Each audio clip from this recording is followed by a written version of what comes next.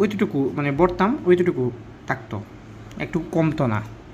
কিন্তু যে সময় থেকে আমি ওইটা অন করছি পানি একটু কমে, বিকজ এটা তো একটা ফোর্সে মানে জো হয়, তো অনেক সময় বাষ্প হয়ে যায় পানি, হয়তো বা এর জন্য কমে। এখন আমি 2 লিটার রিফিল করছি ফিল্টারের উপরে। আগে ফিল্টারের পুরো লেভেল ছিল, তো এই ফিল্টার আবার না ঘুরিয়ে মানে পুরো ডুবিয়ে না রাখলে এটা গরম হয়ে যায়। এটার বক্সেও লেখা যে এটা পানির ভিতরে রাখা উচিত, না হলে এটা ফেটে যাবে বা এটা গরম হয়ে এটা নষ্ট হয়ে যেতে পারে। তো এই জন্য এটা রাখা। প্ল্যান্টগুলো অনেক সুন্দর লাগতেছে, পানি এখনও পর্যন্ত পরিষ্কার। আমি চেঞ্জ করে ফেলছি হয়তো হয়তো অবশ্য 50% চেঞ্জ করছি, এখন অনেক সুন্দর লাগতেছে। আর একটু আগে খানি দিয়েছি তাদেরকে।